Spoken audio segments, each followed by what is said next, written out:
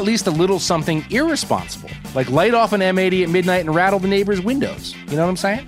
I just want to point out, I never have introduced myself. Like, hey, I'm Marty the Party. One guy had a rain jacket. They're switching hats. They had it figured out that nobody was going to know that they weren't fishing for 3 days. You know those Bass Pro Shop hats? I think I'm going to start wearing those more in posts. They look douchey. Good morning, degenerate anglers, and welcome to Bent, the fishing podcast that recently replaced all the tubes on its beer helmet because tonight, all it wants to do is... Party. I'm Joe Cermelli. And I'm Hayden Samak. And, Joe, do I sense a rager tonight? No, not at all. I'll be enjoying a quiet evening in slippers. But I mean, it is New Year's Eve, which is really the only time I can ever... you've ever said. Yeah, that's fine. I just figure, look, this is the only time I can ever get away with theming a show entirely around Andrew WK. It's time to party! Let's party! Hang with yourself and have a crazy party! Now, did you know, Joe, that comedian Bert Kreischer is adamant that Andrew WK doesn't actually like to party that much? He wasn't adamant about it. He didn't have a sketch about it, but he had mentioned in one of his podcasts that he tried to have a beer with him and he was like, "Oh no, man, I'm good." And he drank a quarter of the beer and went on. I wouldn't be shocked. Did you know there's also a conspiracy you can watch? There's videos that claims Andrew WK doesn't actually exist. He's not a real person. Yeah, I swear it's crazy. It's crazy. It's kind of like the Mattress Firm thing, only cooler. But yeah, so I also follow the Hard Times on Instagram, right? Uh-huh. And one of my favorite, oh my God, it's so good. And one of my favorite headlines of theirs was "Aging Andrew WK declines Facebook party invite." And I thought that was genius. I also saw him open for Aerosmith once, and I was the only guy in Madison Square Garden that both knew who he was and was excited to see him. Anyway. That doesn't surprise me. Yeah, right. So anyway, look, you're young and pretty untethered. What are you doing for New Year's? I'll just assume there's a vodka luge involved. Would I be right? Well, as some listeners know, I've lived kind of another life, and at one point that might have been true, man. But I don't know. Can't afford a vodka luge anymore, right? Yeah, well, I think that. I think I might be taking it easy too. My girlfriend and I were going to the East Coast for the holidays, and I'll tell you what: if we're with her parents, it's certainly not going to be a vodka luge type. Not going to be a party. I'll tell you what: if we're with my parents, we're going to get wine drunk. But I don't know how it's going to play out. Yeah, your parents got a case of Josh Cellars or something, box of wine, whatever. Yeah. Anyway, listen. No matter how you're partying, what's that supposed to mean, man? I don't know. I'm broke. My parents aren't.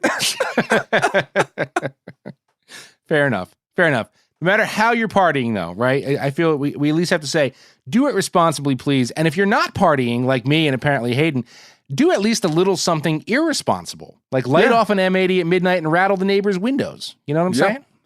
Yeah. Speaking of responsibility, I believe that the end of the year is kind of a time to take stock of your many interesting and circuitous life decisions and perhaps make a resolution on the way you might carry yourself forward.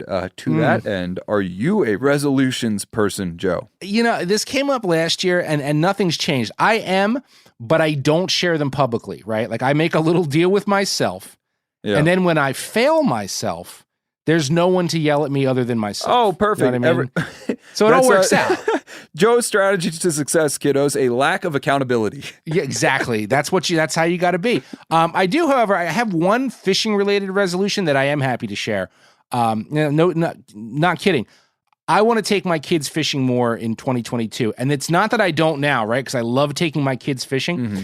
But to be honest, free time for me is precious right now. You have a lot more of it than I do. So when you have that day to get out, it's very easy to talk myself out of bluegills and catfish. You know what I mean? And packing up loads of fruit snacks and shit.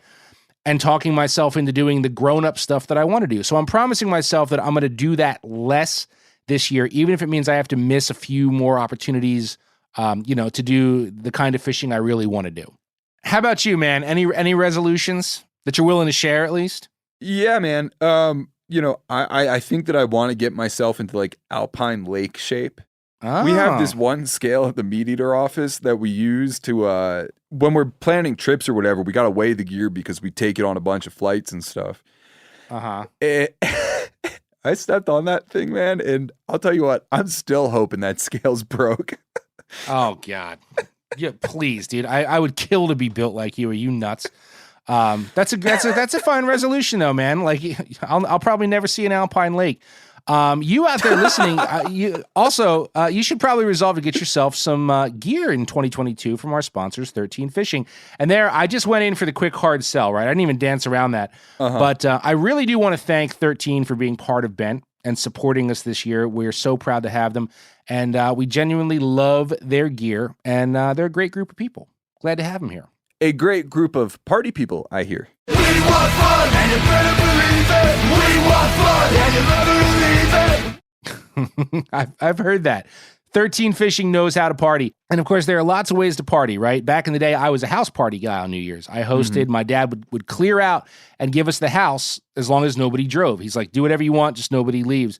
But I know people that like just go to the local bar for New Year's. I know people that buy tickets to those all-inclusive club parties. You know what I'm saying?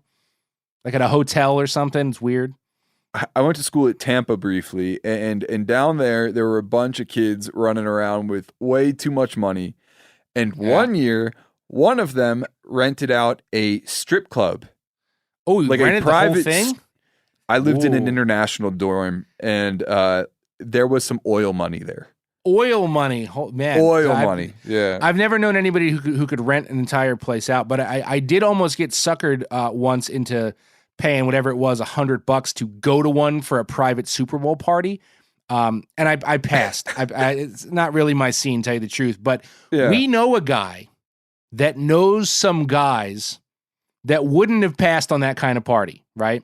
So let's shift into Smooth Moves, our segment where we let guides and captains vent about ridiculous things their clients have done, and talk to my old friend Captain Frank Campbell about an unforgettable photo shoot. Why did you do that? Why? Why did you do that, Terry? Oh my God. Joining us today for Smooth Moves, my very good friend Captain Frank Campbell from Lewiston, New York. What's going on, Frank? How are you? Not too much, Joe. Just enjoying the weather. Great day. A lot of snow. Nothing crazy going on around here. So what is the weather up there? Because I was just there, which is why we're doing this, because you actually told me a story while I was fishing for steelhead with you on the Niagara, and we got lucky. It was pretty mild. Has it gotten cold? Is it more true to form up there right now? Well, actually, it got windier, Joe, if it could. It's crazy. I mean, I think I'm going to give up the fishing business and start a kite flying service or something, because it's been it got windier than the 50 miles an hour we dealt with. We dealt with 60-mile-an-hour winds on Monday. The problem is it keeps going from cold to warm, warm to cold. It can't figure out what it wants to do here, like a lot of people. And we're dealing with dirty water, clean water, wind, snow, rain. We get all four seasons in the same day sometimes. Yeah, no, for sure. So just remind me, how many years you've lived up there your whole life, right? How many years you've been guiding on the Niagara? Yeah, I've lived up here my whole life. I've been guiding going on 31, 32 years. So it's been a long stretch, no doubt about it. Okay, so before we get into this story, we have to set something up very quickly, sort of establish something. And we're going to hear from our Canadian listeners, but that's okay. It's fine. Part of the conversation that we were having that led to this story when you and I were fishing, Frank, was that the strip club scene across the border in Canada is a little different, generally speaking, than here in the States, right? That's not that I know personally, Joe, but well, in my younger years, I'm not going to lie. It was on the way to the bait shop. You had to stop. Yeah, of course you did. Right. Yeah. Pick up. Exactly. It would have been rude not to. Yeah. Exactly. But I think, and we're certainly not going to get explicit, but like, they can wear a lot less over there. It's just like a little bit looser kind of vibe, right? You know what I'm saying? You're going to say a lot of them forget their clothing, Joe. Right. It comes down to, yes. Got it.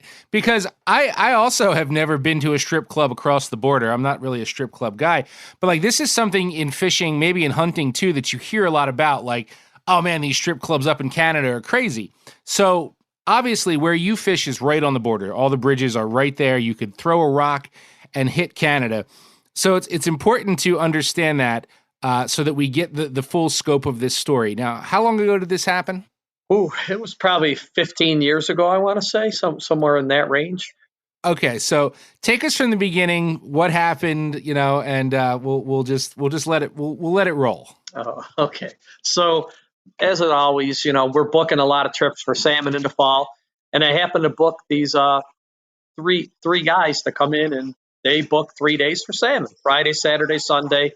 It's kind of during the peak time of the year, but that time of the year we're balls to the wall, fishing every day, fishing twice a day. So it's really where we make our money. So anyways, These guys book these 3 days, and they show up in the morning for the Friday morning trip, and they're like, coming on. I'm like, guys, you really don't need a cooler. We have something to keep the fish in. We have a live well if you want to choose to keep fish. No, it's not for that. We got our clothes in there. I'm like, well, and that's a big cooler, right? Like, this is like a 150 quart Yeti type thing, right? Yeah. But I'm like, coffin box, yeah. I'm like, oh, okay, we'll make room for it. Not a problem. You need the clothes. So they get the cooler, put it on. We go up fishing, and within a half an hour, man, we're bam, we got our first fish on. Catch it. It's a nice, 20, 25 pound king, and the guys are all excited. Guy holds it up, takes a picture with it. Next thing you know, his buddy's taking a turn, taking a picture with it. Then his other buddy's taking a picture with it. I'm like, what are these dudes doing? And now they're saying, hold on a minute. I said, well, we'll get it. No, hold on a minute. We want to get some more pictures. Next thing you know, they're pulling clothing out of their cooler and changing and saying, can you turn the boat so we can get the bridge in the background? All three of them changed their clothing. They have rain jackets on. I'm like, whatever. I'm not thinking about anything. They do this, and they take like 2 sets of clothing each. I think I know what's going on. Next thing you know, these guys are like, hey, let's go back fishing. We go back, we catch another one. Same exact thing happens. I'm like, what are these guys doing? They want to keep the fish, but they say, we'll keep, okay, they're keeping them. It goes on. We catch like 3 or 4 fish, the guys, which is an average day that time of the year. And they're happy. I'm happy. We go in about 1 o'clock, and I go to clean the fish. And after I clean them, they're like, hey, Frank, just let you know, we're not going to fish the next couple of days. I'm like, what? Guys, this is like prime time. No.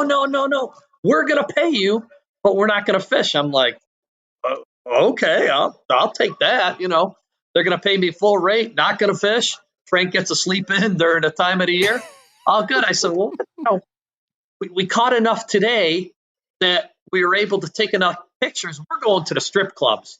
We're going to stay right there for 3 days. Well, then I'm putting 2 and 2 and 2 together and saying, these guys took like 20 pictures of 3 fish. And they're like, we got plenty of photography to show to our wives, plenty of pictures. We're going to prove that we were there the whole weekend. It wasn't a grip and grin. It was an alibi. Yeah. That's all you want to know. So I'm thinking these guys were premeditated in everything they did. It was crazy because the other guys are like, Frank, what are you doing? You're over there with like 45 minutes with 1 fish. I'm like, well, we had to get some alibis, basically, for these guys. I mean, Joe, in 30 some years, I've seen a lot, but these guys went to extremes. I mean, the one guy had a rain jacket. The other, they're switching hats. They had it figured out that nobody was going to know that they weren't fishing for 3 days.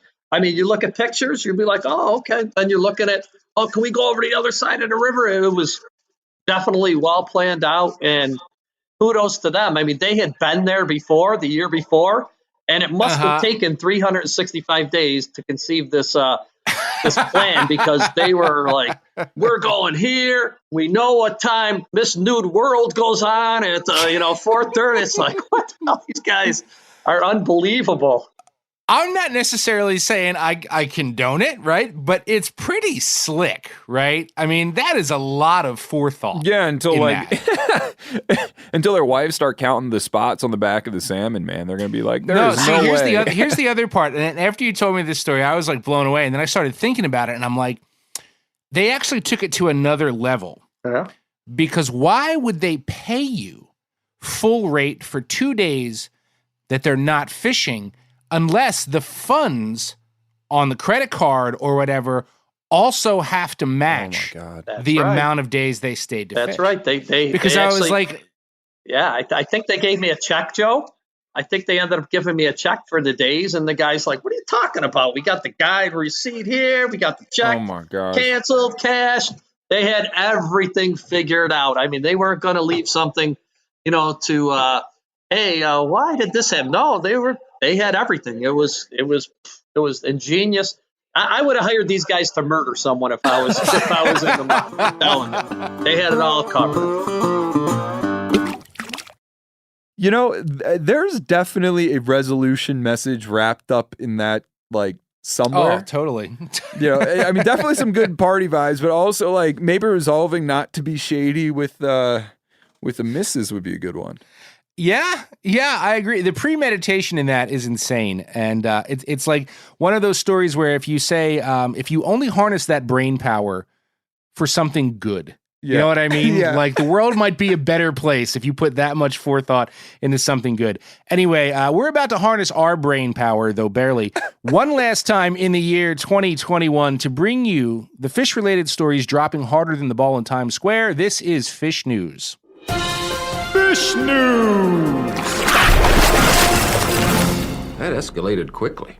All right, let's kick out this news jam. We don't really have much housekeeping other than wanting to mention that several listeners reached out in regard to last week's show, which of course featured a riveting interview with Santa Claus, and wanted to know why he sounded so much like Buffalo Bill from Silence of the Lambs.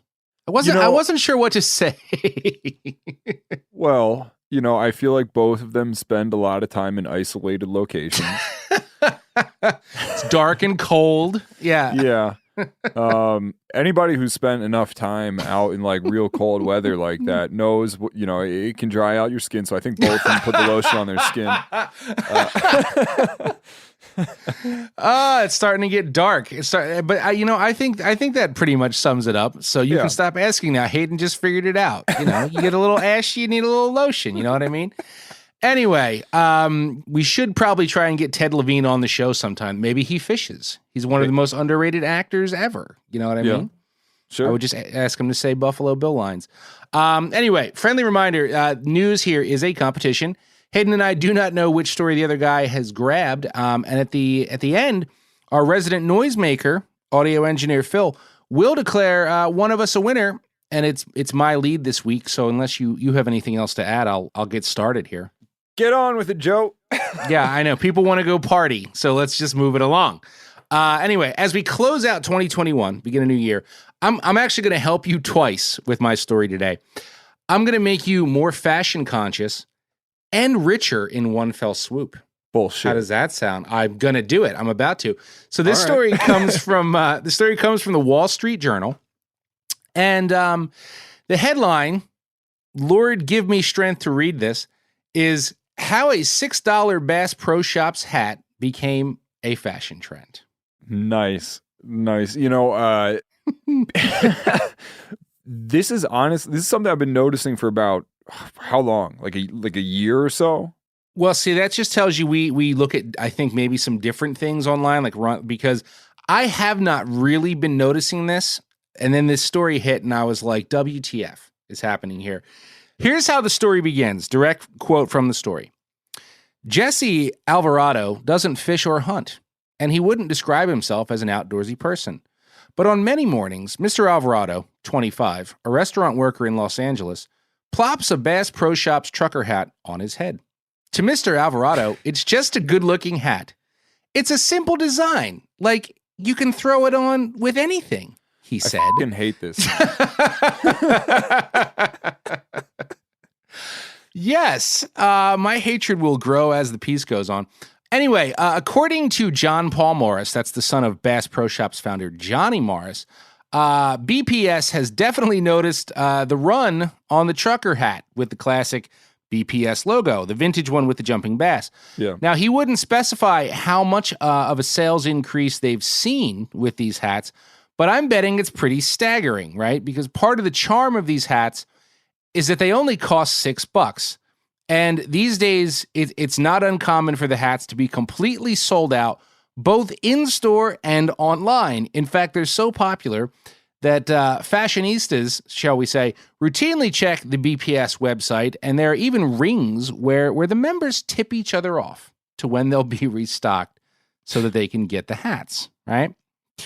So why the rush to hoard them? What's the big deal? Well, here's the part where I help your financials in 2022, because I'd be willing to bet some of you probably have this hat listening right now, right? It's a classic hat. According to the story, people are flipping the $6 Bass Pro Shop trucker hat for up to $20 a pop on eBay right now because they have become a hard-to-get commodity. And as I understand it, you could flip a new one. You could flip one that you've sweated in on Lake of the Ozarks for the last 20 years. Both will sell. You might get more for the sweaty one. Oh, man. Yeah, dude. Nothing more that hipsters like than like provenance. Or it's not even hipsters, really, man. It's like, Joe, are you familiar with the term boy? Yeah, I am. I mean, I don't know like the full definition, but I've heard it thrown around. It's just like kind of like Gen Z millennial like tool bag is what that basically comes from. I like it. I'll start using that more now that you've explained it. It has the same negative connotation of a hipster, but it's more widely applied to like jockey sort of folks. Got it. I'm not sure if this is going to make it to the podcast. Listeners, now you know. No, it is. I'm trying to think. I you know where I heard the term? I don't want to get off, but there was a thing on Instagram. It was like a comedy thing out of California called Churdleys. Does that ring a bell? Maybe. I haven't seen it in a while, but they used to use that term. Anyway, okay. We'll move on. We'll move on here. But like this gives me an idea. I'm going to bring it up a little bit later in this podcast, but I have an idea that I think you might like. Okay. So the article tries to break down exactly why these hats have become so trendy, and the reasons vary. This is going back to the story. Patrick Sims, a 34-year-old account manager at a marketing agency in Austin, said the caps bring him back to high school. Okay. That's cool. Yeah. No issue there. Fine. He says he went to BPS with his father back in the day and has fond memories of this. Also cool. Nothing. That's great. But then he says the hats also make him think of resurgent fashion trends in the aughts, and I hate that term, in the aughts, when celebs like Paris Hilton and Justin Timberlake helped popularize trucker hats. Oh, yeah, like the Von Dutch. Von Dutch, exactly. Yeah. Mr. Sims' two BPS hats satisfy his nostalgia on two fronts, personal and pop cultural, and I just need to clarify that it was not Paris Hilton or Justin Timberlake that popularized the mesh trucker hat. I think the OG people listening will agree with me that it became popular well before them, well before the aughts, way back in 94, when one was worn by Seabass in Dumb and Dumber. That is what popularized the trucker hat. And I would love to remind everybody what Seabass's hat said, but I won't on the show. So then we have 28-year-old John Wright, who is an entrepreneur and an actual hunter based in Nashville. I'm not familiar with him, but I assume he has a TikTok following because he says on TikTok, it's all you see. It's every different color hat. You see the trucker hat everywhere.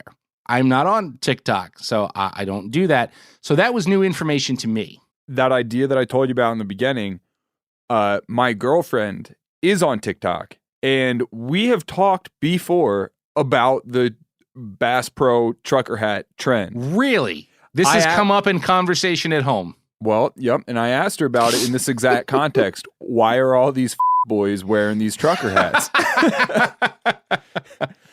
I think my idea was, why don't we give her a call real quick?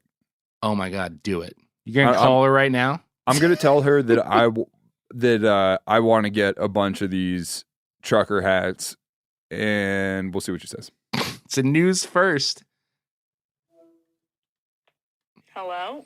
Hey, Joe and I have been talking about how like really we're going to connect more with like we're trying to get like the fishing audience, and we're trying to get a younger demographic, and like part of the way we're doing that is like social media shit. And you know those Bass Pro Shop hats? Yes. I think I'm gonna like start wearing those more in like posts. Okay. Why are you telling me this? Why? I just wanted to know what you thought about like those hats. I think they're stupid looking. Why? Because they look douchey. Well, like what do you mean? I don't know. It just reminds me of like a frat bro, and I'm not about it. Okay. Joe, do you have any is that in line with what you've been seeing? Tell her I said thanks for that, but we need to continue on with news now. We're cutting into the party time. Joe said thank you for that, but we're getting on with news now. Oh, okay, great. Joe, okay, bye. Douchey was not. It wasn't one of the words I was gonna use, but she said it, not me. So hey, and let me tell you what, frat boy is only 4 letters away from boy. So Anyway, all right. So let's get out of this, right? The story continues. The trendiness of this has confounded some longtime loyalists of the brand. Adrian Williams, 26, and this is going to be my favorite one. This is the last guy from the story I'm gonna talk about, but you have to hear this one. Adrian Williams, 26, of Raleigh, North Carolina, has older family members and peers who grew up hunting and shopping at Bass Pro. Ask him, why are you using the hats as a fashion statement? Mr. Williams, an account executive, explained that he likes the shape of the hats and the array of colors. He grew up hunting and now likes to pair the hats with Chelsea boots and skinny jeans.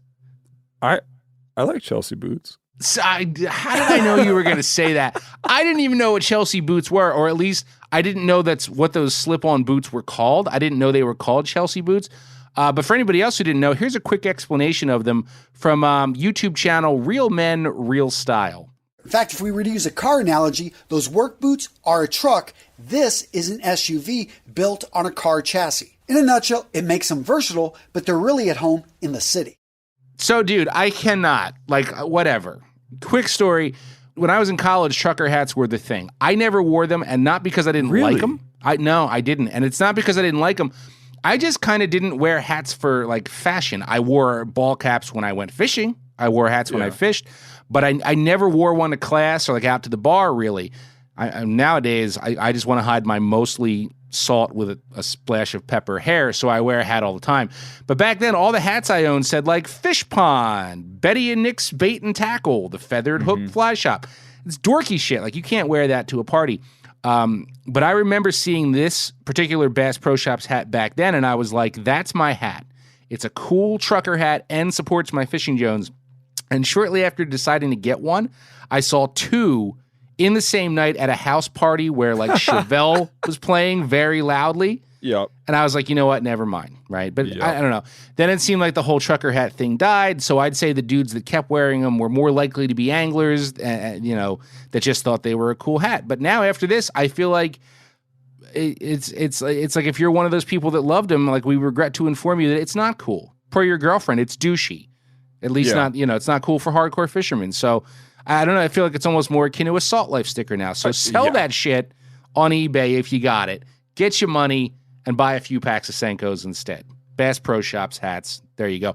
Oh, and one more thing. Listener Glenn Cranefeld sent me a link to an op-ed piece about this hat, and it was written by Matt Labash that I highly recommend you guys read. It's called Bass Holes. So just Google Bass Holes plus Labash. That's Labash, and enjoy that.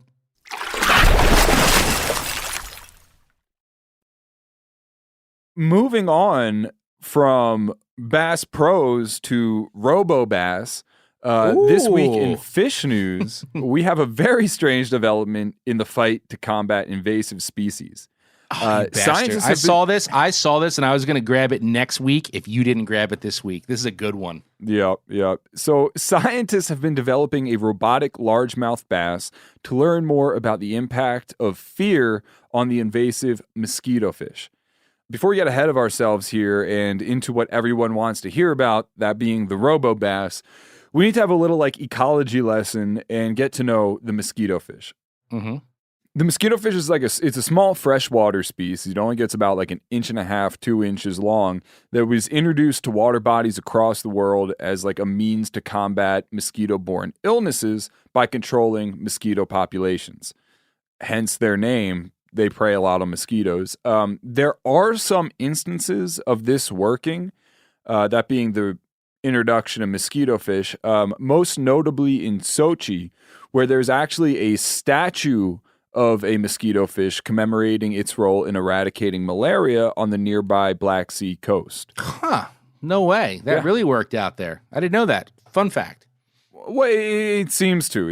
I mean, like, there are various, like, you know, factions of, like, the scientific community who are like, that worked really well. And then there are others like, that did not work as well as you might think, and it was probably some other shit. These drugs we developed worked even better. Yeah, they're pretty good.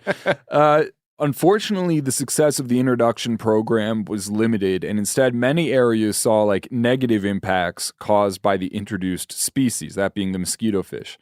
Ironically, the mosquito fish's presence often made the mosquito population increase, and the reason that is because they'd outcompete. Yeah, they'd outcompete native fish for like other food sources. So the mosquito fishes don't just eat mosquitoes; they eat other shit. Got it. They had options, so they opted out of mosquitoes, kind of. Right, exactly, and that led to crashes in native fish populations, and those native fish would also eat mosquitoes. So if there are like 5 fish, one of them being the mosquito fish, 4 of them being other native species, those 5 species together were eating mosquitoes, right? Got it. I think. Yes. Yeah, it's a hard thing to unpack. We'll all what I'm pray saying on it is and like, sort it out later. Yeah, you know what I'm saying. Okay. Anyhow, now the moment you've been waiting for. Enter Robobass. The Robobass is a horrifying, like, albino robot largemouth. I mean, this is just based on some of the pictures that I've seen of it. And scientists have been using it to scare the shit out of the mosquito fish in aquariums.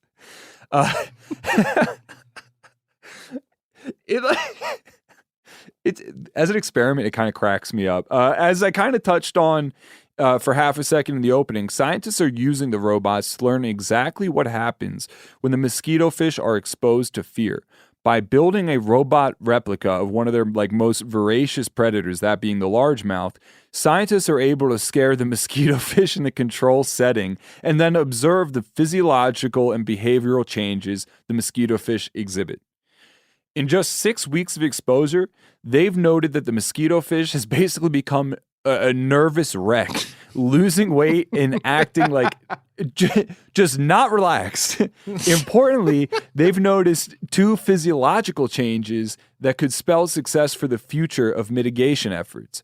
1, the females get skinnier, and 2, the male sperm production is cut in half. Right, okay. So it's having major impacts on the reproduction viability of the mosquito fish. Theoretically, in a tank environment right now.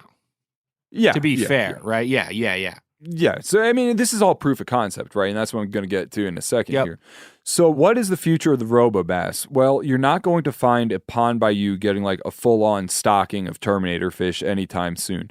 Its main purpose was proof of concept, that being that fear could result in the mosquito fish undergoing rapid negative physical changes in response to a stressor. To that end, scientists are looking at other more logistically feasible methods of stressing out these fish, such as predator sense, now that the concept has been proven to work. So this is super fascinating. And just to be clear, what they're basically saying is they're developing these Robobass, right?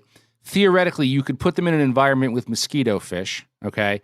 And they're going to stress those fish out to sort of keep them in check. But the Robobass obviously isn't going to eat the mosquito fish so that they can keep eating mosquitoes. Is that the point? Because otherwise, why wouldn't you just throw a bunch of largemouth in the pond if they don't have them? Other than the fact that they'll then eat the mosquito fish. The Robobass, in my understanding of it, is used specifically in these controlled environments to prove that like stress will result in like a decrease in reproduction viability of the mosquito fish. Right. So the end goal then is not like we're going to make these things, and if you have a mosquito fish problem, buy a Robobass for $39.99. Throw it in there. Got it. That's not it. Fun, Although but... I bet you this is going to result in some sort of like crazy, like articulated crankbait.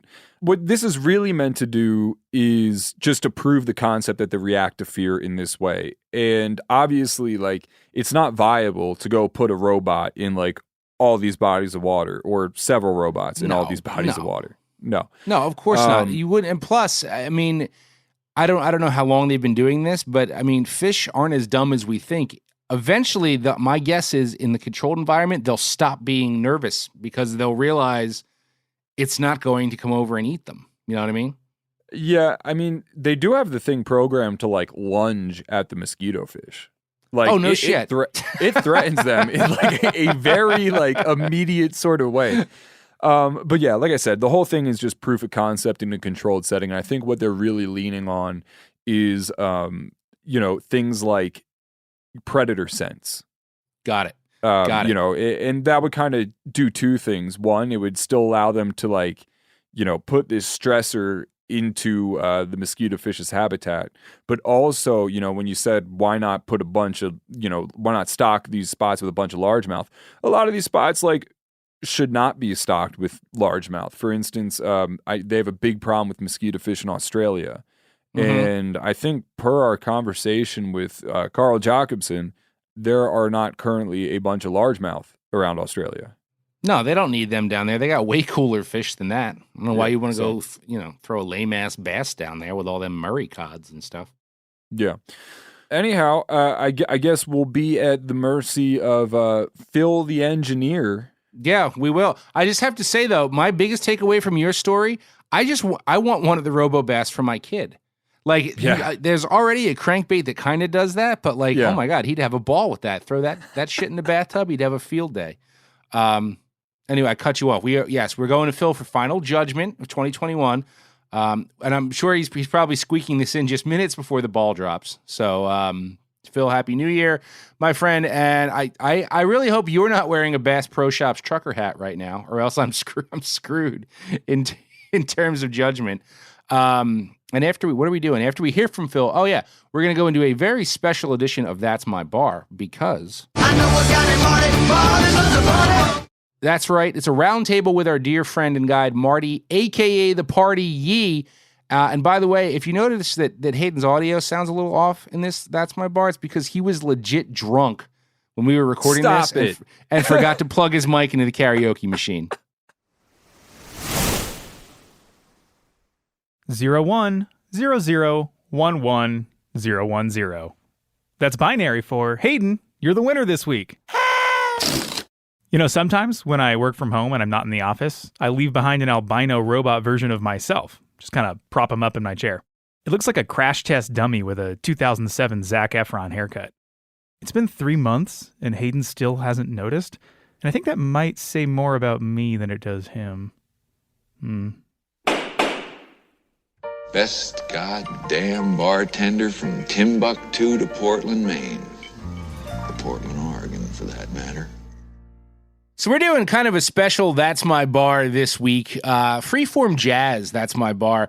I guess it's kind of like a bar roundtable, if you will, which is something that we've never done before. We've always relied on listeners to write in and tell us about their favorite fishing bars, but we'll shake it up. What the hell? So joining Hayden and I today, longtime friend of the program, Marty Yee, Cross Current Guide Service. You've been on here many times now, Marty. Yes, it's a couple at least. Yes, that I know of. And it only seemed fitting since we have a loose party theme for this episode that we have to invite you because your IG handle is Marty, aka the Party. Correct. So you can't have a party themed bent and not invite Marty, a.k.a. the Party. Now, this is true. When I was first introduced to Party, I was actually...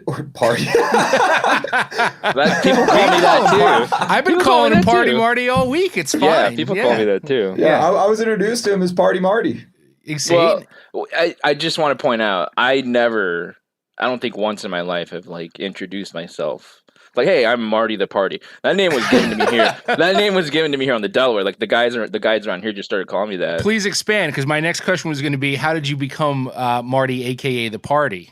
It's probably a 99% based upon that it rhymes. Probably a big deal to do with it. I don't know. When I first came on the scene here in the Delaware, there's a couple of people that I'm still friends with. It rhymed. I don't know. I guess I just put off that vibe that I like to have fun, which I do. In fairness, right? So for our Halloween episode, we did end up with a photo of you in a shark costume passed out in front of a golf cart. That would have been like during. That was like the height of Party Marty. Yeah. So anyway, I thought this is what we would do, right? We always have listeners write in about their favorite bars. And when we kicked off this segment, when we first started it many, many moons ago, I actually talked about one of my favorite bars on the Upper Delaware where you are. It used to be Lydia's. What the hell is it called now? I just keep calling it Lydia's. I still do too. It's called McBreeze's Crosstown Tavern, I believe. Yeah. Are the fried mushrooms still as good there, Marty? You know, I don't eat mushrooms, so I don't know. But I could tell you what I normally get there is still as good. But it's nothing. It's wings. Okay. Nothing crazy. Party Marty doesn't eat mushrooms. That almost doesn't make sense. You know what I'm saying? Anyway, so, I think between the three of us, we've been to enough divey joints in different parts of the country, maybe some close to home. And Hayden and I thought we'd rap a little bit about, like, what are just some of the most memorable, a fishing bar that sticks out to you, whether for a single experience or someplace that you visit all the time. It's a round table, Marty, and you're the guest, so I'm going to let you go first. You're going to let me go first? Yes. All right. You're fucking Marty, aka the party. So we're gonna have a hard time following you up, I think. Yeah. So there's definitely one bar. So there's one. When I first got to the Delaware, I came kind of with like nothing ish, like a hobo almost. So I didn't have much. So yeah. Well, yeah, what a lot of guides do, which I find is common even now, when they first start guiding somewhere and they new to an area, they they try to be as cheap as possible. So I was in a trailer. I decided to live in a trailer. Sure. Yeah. So I ended up through a buddy of mine at the Beaverdale. So this place is called. I might get crucified for like giving this spot out, but it's not really a secret spot, but it's kind of a cool hangout. So I had a trailer. So this is a place. It's a campground. It's a bar, restaurant combination. Right on the Delaware. Is this on the East Branch, Marty? Yeah. It's right where at the junction of where just near where downriver of where the junction of the Beaver Kill and the Delaware meet. This place is just really cool, and it's kind of like I don't know if this is the right phrase. It's kind of like the when I was there, it was like the first starting like underground campground. Like it just started, it just opened for the last couple of years, so everyone was kind of new there. And it turns out that I still have friends that I met there. And it just turns out there's just like a bunch of guides and anglers, hardcore anglers that just camp. Most, like I would say like 15% of them are guys that live there like throughout the week and during the season. And the rest are like weekend guys who have like trailers on the river. Yeah. Like you get this diverse mix of people, like old school fly tires, like guides, all walks of life.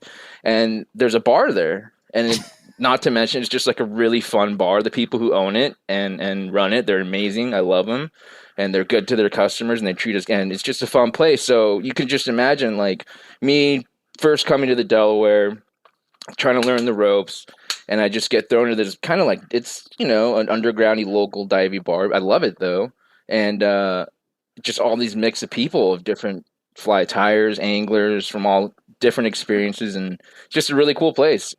Is it the kind of place though that like you have to be in with the family, and then if you are the random dude that just strolls in there, you're not supposed to be there? Kind of thing? I wouldn't say that. I mean, no, they're like I said, everyone's friendly there. It's just see the irony. The one that came to mind for me, I've only been there once, but man, it really stuck with me. And also, ironically, I'm going to Montana for a bar. Okay. Ooh. Oh, it's not in Bozeman. Don't get excited. Okay. But this was years ago. My first assignment for Field and Stream ever in Montana. We ended up in a place called the Antlers Saloon in Wisdom, Montana. You heard of this? Hayden just made the face. I have been there. You're a liar. I swear to God. Up in the Shields Valley? I don't know. it's on the big hole. It's in Montana, man. Come on. Far west side, almost on the Idaho border. Oh, no, I have not been there. Ah, yeah, I have not been there. okay. There's one with antlers in the Shields Valley because I bird hunt up there sometimes. I'll bet you there's a bunch with antlers in Montana in general. All right, just man. saying. All right, but man. anyway, so it's like this total honky-tonk country joint on the side of the road. And like it was me and my buddy from Jersey, and we had no business being in there, right? Like it was that kind of place where you felt like, obviously, we're not from around here. I mean, there's a gas station in the Antler Saloon in Wisdom. But what made it so memorable was, you guys ever been in a dive bar where somebody sort of sidles up next to you and starts talking? And sometimes that's cool. Sometimes that's very cool. Most of the time it's not. But sometimes it's cool. really shitty. Most of the time and you're it's just not. like, please stop talking to me. And like, we must have just looked like baby-faced, like not from around here. And this straight up Montana cowboy, like grizzled flannel shirt, he sat down next to us. And I mean, by the end of the night, he was begging us. He was giving us all his girl troubles, his girlfriend troubles, and like begging us to give him a ride back to Idaho. And then it got really weird. And at one point, I mean, he said all kinds of wacky shit, but at one point he's like, "You give me a ride home, I'll show you some ears." I'm like, "What do you mean?" I'm like, "What do you mean you'll show us some?" He's like, "Ears." I'm like, "Human ears?" He's like, "Mm-hmm." All right. And the dude just wouldn't shake us, but it was just it was like so dusty and dingy in there. Were and there follow-up questions to that, or did you just Yeah, I leave it mean, be? why? I don't know how you just moved on from that. Yeah. You didn't say like, "Excuse me." No, I didn't. I didn't really want to know. I just wanted. wanted to shake the dude. And that was like the Antler Saloon stuck with me because of that guy who likely, if he hasn't passed away, is probably still there almost every night. You know what I mean? But don't you wonder? Yeah, I Well, there's do. a reason but Joe's I mean, wearing don't- like full ear covering headphones. Man. Haven't you wondered your whole life, like, what if I would have said, like, yeah, I want to see your ears? So you would have gotten in the car with dude and just driven him across the border to Idaho through the mountains in the middle of the night to go see ears at his establishment? Human No, ears? That's a fair point. No, That's but a I'm fair saying, like, you just like moved on, like it was like, all right, whatever. Like, Well, it didn't quite go down like that, but I'm not going to spend an hour telling the whole saga. But I mean, I remember that it was one of those guys where he flim-flam, like he was in tears over his woman leaving him.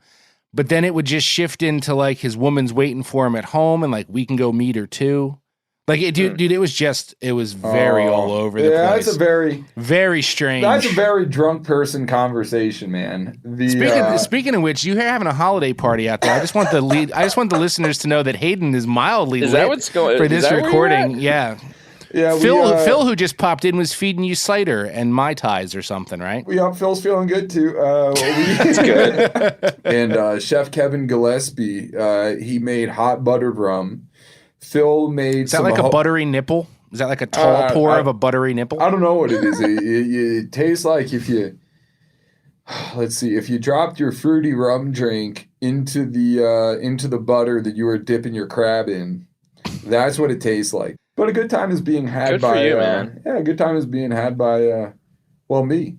Well, keep it going. What's your bar? Yeah. Dude? What's your round table bar? Where Marty and I have most recently crossed paths was out at an outfitter that I have mentioned on this podcast, I think a time or two before, owned by the folks that initially introduced me to Party Marty.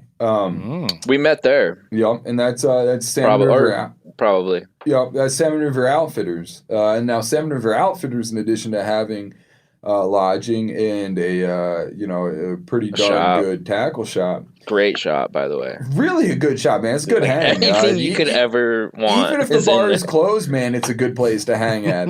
Yeah, well, I'm saying it's a great shop too. He has everything almost. Literally everything, man. Has he Crazy ever? in there. In the he we're talking about is my buddy Chris.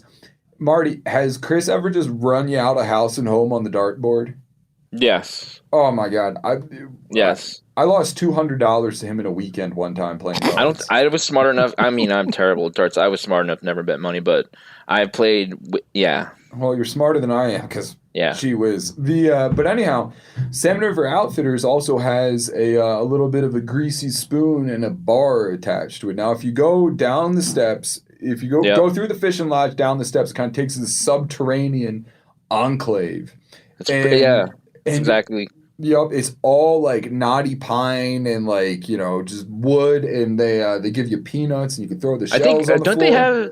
Don't they have is that maybe it's not them. Don't they have the money all over the walls? Yo, I was just getting to that. Now, the main, like, the main quality that this bar has, the main characteristic is a few $1,000 stapled all over the wall, and all sorts of just drawn upon dollar bills. I have one that I dressed George Washington up like Donald Trump with markers, and it says, I'm going to catch a steelhead. It's going to be huge. Yeah, you know what? I think there's one that has mine. It says Marty the Party on it. Yeah, I wouldn't imagine it would say anything else. Yep, and I'll tell you what, man. That bar starts off as like a normal bar where you buy your drinks and they give you the drink and you drink it, and then by about 10 o'clock at night, man, it is no longer a normal bar. You're behind the kitchen. You're making yourself a cheeseburger. Yeah. You're serving yourself out of the well. Yeah, they're like, "Help! We're too busy." Dude, like that happens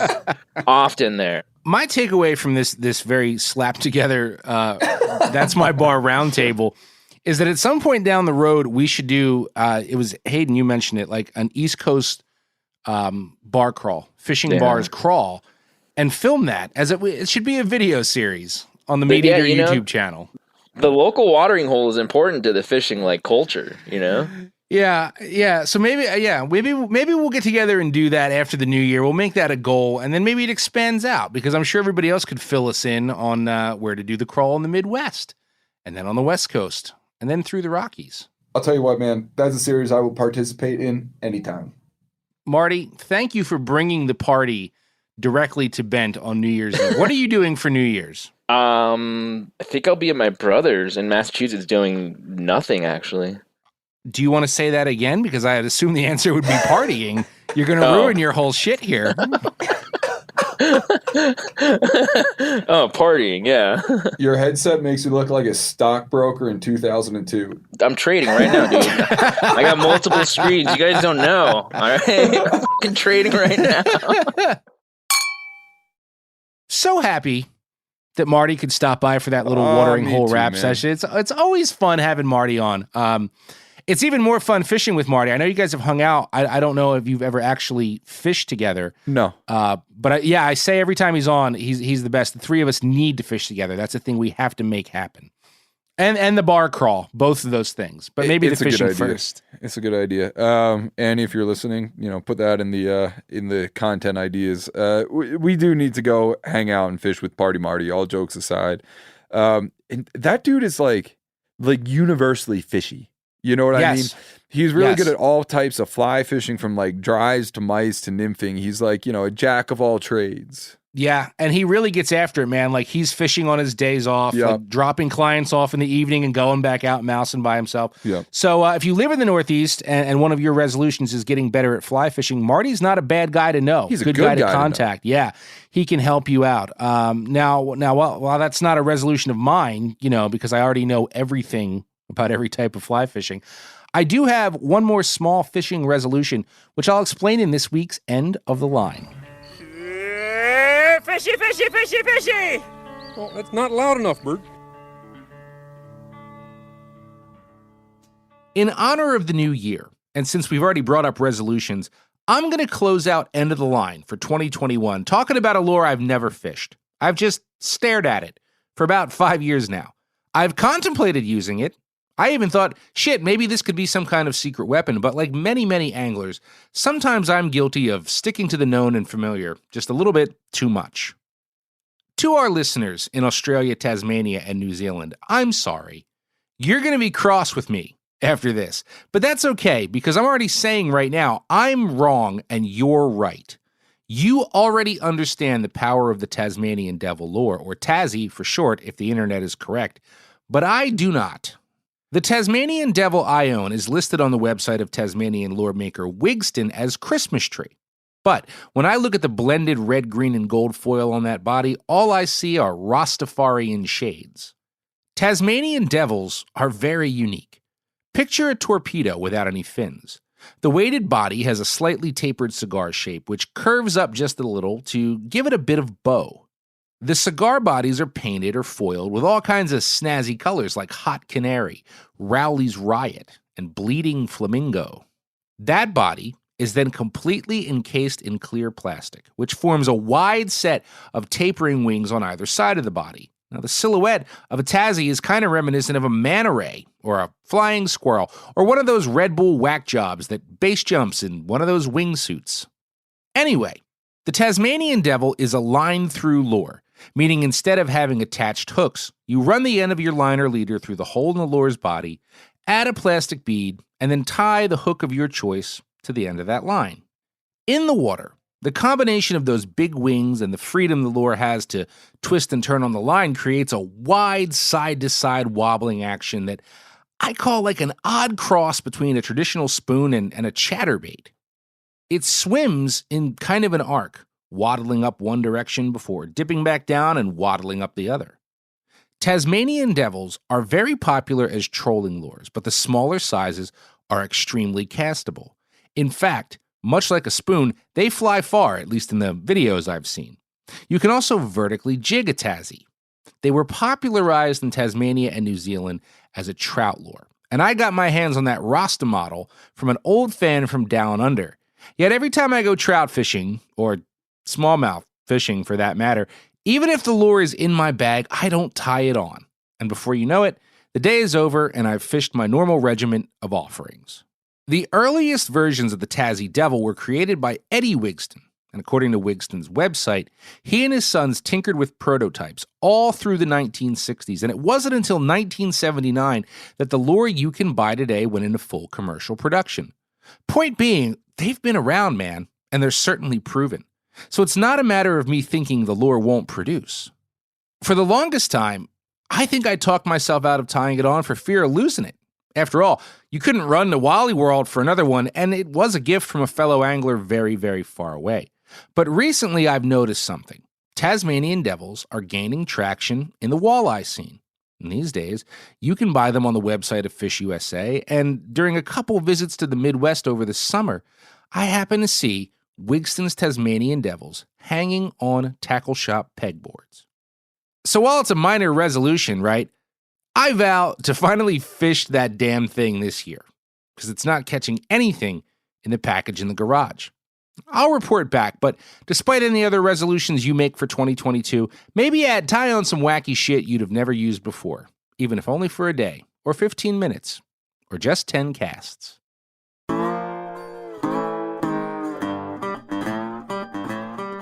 So that's it for this week and for this year, for that matter. It's been a tumultuous year for Bent, shall we say, but I would just like to close out 2021 by saying how happy I am that you, Hayden, are here, man. I'm looking forward to 2022 and doing some fresh, cool shit with Bent and you. When I look back on things in 2021 that I was like really excited, I have this habit, man. I like lie in bed at night at like, you know, New Year's Eve or whatever, and I try and think of every like cool thing that happened to me that year, and like, you know, all the stuff that I was really proud and happy to be a part of. I try and keep the self-loathing off the table that night. And this is like got to be at least in the bottom of the top 10, right? Oh, it's higher than the bottom of the top 10, man. I'm just so happy to be here, man. It's it is an honor and not something that I take for granted. But hey, look, speaking of fresh new shit, don't forget, folks, that we're dropping our first listener Q&A segment next week. We want to hear from you. So keep those questions coming to bent@themeateater.com, along with all those bar nominations, sale bin items, awkward photos, and whatever else you feel like sending. Yes, and keep those Degenerate Angler and Bent Podcast hashtags cranking on Instagram. We see them all. And we like them all. Yes, we do. And let us just say, thanks so much for listening to Bent this year, right? Nothing makes us happier than hearing from you guys about how we enhance your Fridays, your drive to and from work, or how you're actually listening to Bent when you're supposed to be answering calls to the emergency medical center. Don't do that. Don't do that. But please do have a happy new year, degenerates, and go gear up to... Party, I wanna have a party. I need to have a party. You better have a party. Oh, party, you gotta party hardy. I'm gonna